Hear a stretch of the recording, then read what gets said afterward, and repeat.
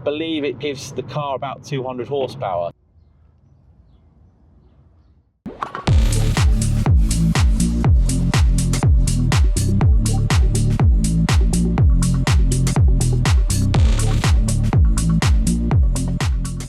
Hello and welcome back to the Kilohertz Mercedes channel, and welcome to episode 4 of my Project C-Class series. Now, continuing directly on from episode 3, we've had all the suspension all built up by my garage. So in this video, we're going to be fitting it on all 4 corners. We're also going to be fully replacing all the brake components, the discs and the pads. And hopefully after that's all been done, we're going to attempt to take it through an MOT and get it finally road legal. Let's get started. So as I just mentioned, we're carrying on this video immediately after the last episode. Now both suspension dampers and springs have been built up by my garage and are ready to be installed into the car, followed by both the rear springs as well. Now the new anti-roll bar is already in, as well as the one at the back, and we'll also install the new front drop links at the same time as putting in the rest of the suspension. Now there is a small amount of surface rust on the inside of the struts. Now I'm going to plan to sand this down, cover it in some crust anti-rust solution, then some zinc primer it, as well as respray it and lacquer it. Now it's only minor at this point, but while I have the car dismantled, I'd be mad not to tackle this. After both sides of the front have been installed, we'll then move on to the rear, which should be a hell of a lot easier than the front.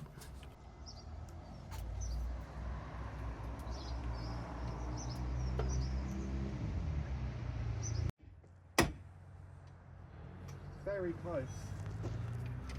It's always the worst fault. Fitting these worked out to be relatively straightforward with only some minor fettling as you'd expect. Ed has been doing this for years, so it was his dab handed it. And luckily there were no kind of weird Mercedes quirks that we needed to deal with.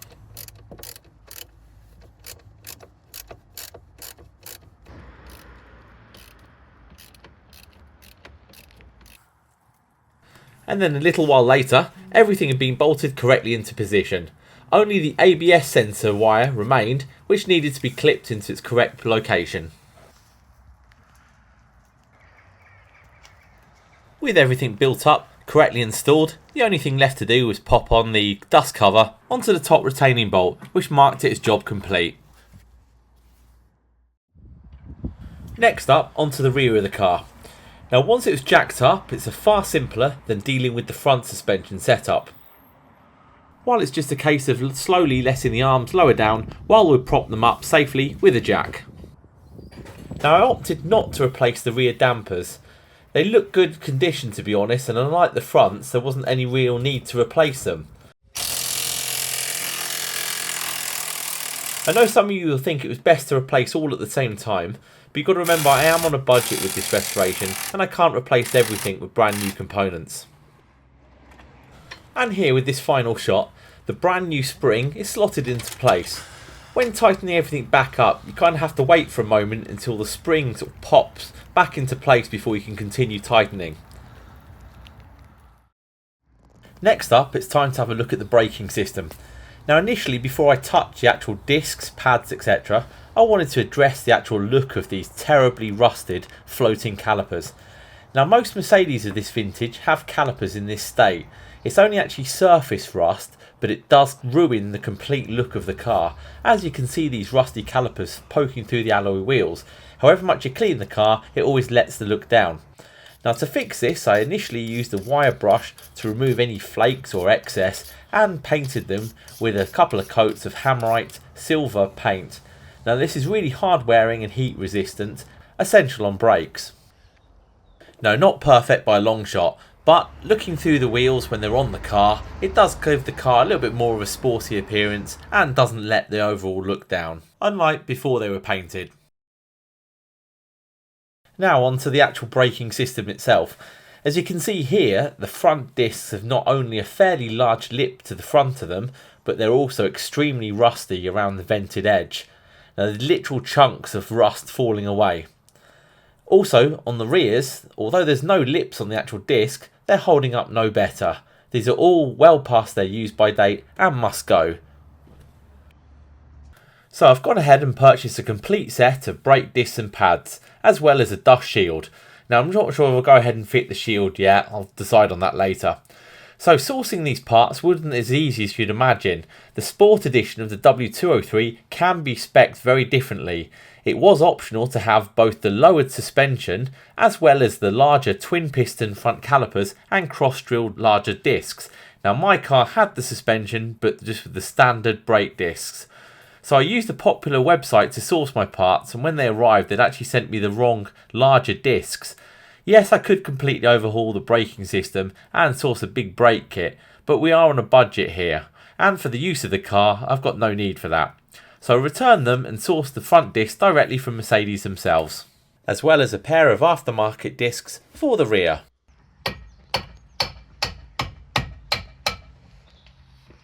Nearly there. I see, now it's just stuck on the lip. Basically, yeah.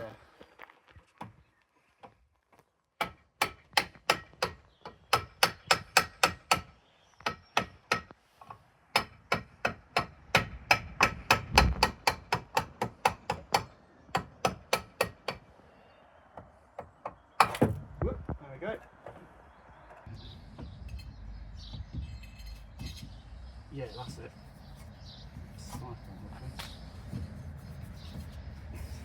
Look how well they were painted.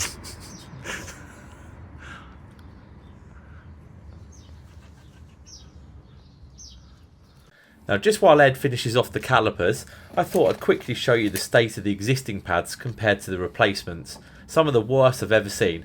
Now they're both completely down to the bare metal. Now I went with Brembo on the front, a decent trusted brand, for its replacements. Yeah, but I wouldn't normally use it on a caliper like this, just because it doesn't fit very well. But it fits better than the G-clamp does, and it's doing its job. And after all that work, here's the final job. Brand new discs, pads, and of course suspension. Complete overhaul, and it's going to handle and brake fantastically. Just a couple of dabs of copper grease to prevent it from squealing once the wheel's back on. And then importantly, with the MOT due again tomorrow, with all the suspension work done, as well as the full overhaul of the braking system, surely it must pass with no issues whatsoever. So guys, welcome to my new fully road legal C-Class Estate. It passed the MOT with flying colours. The only couple of advisories, which was all things I really knew about, to be honest. The main one is one of the rear tyres on the inside. It's wearing slightly thin on the inside edge, just in case I need to get the realignment of the car sorted again. Something I'm going to have to do anyway, just because I've had all the suspension and geometry change, etc. Only other thing is the driver's side mirror. It's a bit clouded. That came up as an advisory. And then the last thing is just the exhaust rear box, which I knew about anyway. I will address that later in the video because I've got an AMG rear box, but I say we'll go into that shortly. But yeah, really impressed with the car. It seems to be driving quite nippy. That TDI tuning box which the car's fitted with, I believe it gives the car about 200 horsepower, and you can feel it. It's obviously nowhere near as fast as my SL, but it doesn't feel like a slow car. It's got a lot of grunt and a lot of torque. Otherwise, steering seems to be spot on. Those new springs make the car handle perfectly. Ride is a little bit harsher than I thought it would be, but that's probably because it has got lowering springs, of course. But yeah, otherwise, really impressed with the car. So far, so good. I thought it would be a good time to go over the car and show you what it looks like with these Eibach lowering springs fitted. Now they state that they're 3 centimetres drop all round, but that's from a standard W203. Not the actual Sport edition like mine, which already has the factory lowering slightly. So it's not a difference of night and day drop, but it's definitely lower. So if you bear that in mind if you want to go through the same mod as himself. Now close up on the side of the car, there's only around a 2 centimetre gap or so, I'd say, between the tyre and the wheel arch, if that. And then over to the rear of the car, the same story here. The car is settled in nicely, but I wouldn't really want to drop it any lower than this. Of course it affects the practicality overall.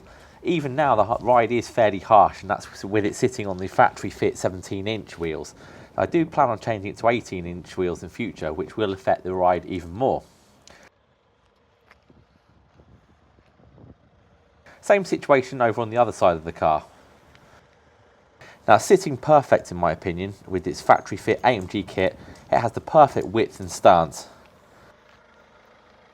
So yeah, I'm very happy with its overall look.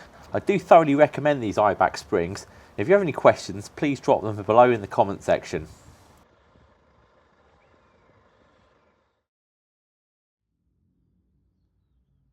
Although the car has passed its MOT with no major issues, as previously mentioned, it did have a couple of advisories, one being for the rear box on the exhaust. Now the entire outer shell of the rear box is rusting away, with over half of it being disintegrated already. Oddly however, the rest of the exhaust system is in great shape, with the main pipe spanning down the body of the car being in fantastic condition. Both of the chrome rear tailpipes have seen better days however, with the outer pipe being in worse shape than the inner one, and it's not long for this world. As the car already has the factory fit AMG body kit, which includes a cutout already for the exhaust, this got me thinking. Now I wonder if I can source an AMG rear box which would complement the overall look of the car completely. As my car is a diesel, the factory fit tips which came with the car are chrome but they face downwards. However, either a C32 AMG or the later C55 models had the twin chrome exit exhaust pipes complete with AMG branding, and these should fit perfectly. So after searching for a number of weeks on eBay and Facebook Marketplace, I was able to source one via Facebook, a complete C32 AMG rear exhaust system, which looks in decent condition to be fair. Now unfortunately I've only got a convertible SL, and my other half only has a tiny Toyota model, so picking up the exhaust from a couple of hundred miles away was going to be interesting to say the least. Luckily for me it was a bright sunny day. Not very warm though, mind you, it is still very early spring in the year. Now I was able to collect the exhaust and keep it in one piece without having to cut it up, which was the main point of the trip, rather than getting it actually delivered.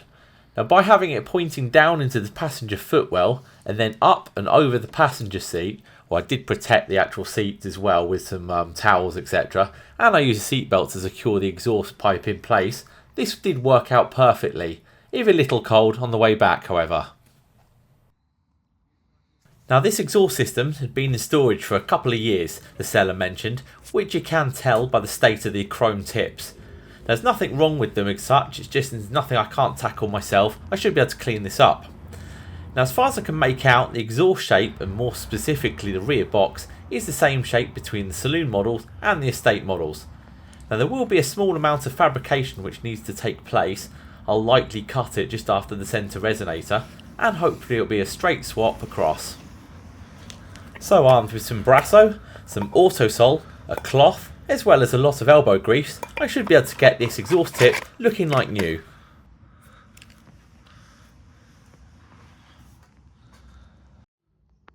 Now 10 minutes later, and here's the before and after. Now it's coming up great, it's nearly as good as new. Just a couple of minor scratches, however this should be covered by the rear bumper. And there is here, as you can see, some pitting on the chrome, which is to be expected really when the exhaust is getting on for 20 years old. And then the final result of all my hard work. Looks really decent, eh? Now I'm not going to fit it in this episode. As I said, there's still a small amount of fabrication which needs to take place, but it should hopefully be ready by next episode. Speaking of which... Ah, great. It looks like we're completely stranded. Brilliant. If you made it to this point in the video, thanks a lot for watching and your support. If you enjoyed the video, please give it a thumbs up. And if you haven't done already, consider clicking on that subscribe button so you're notified as soon as I upload the next video in the series. Until next time, thanks a lot for watching. Cheers.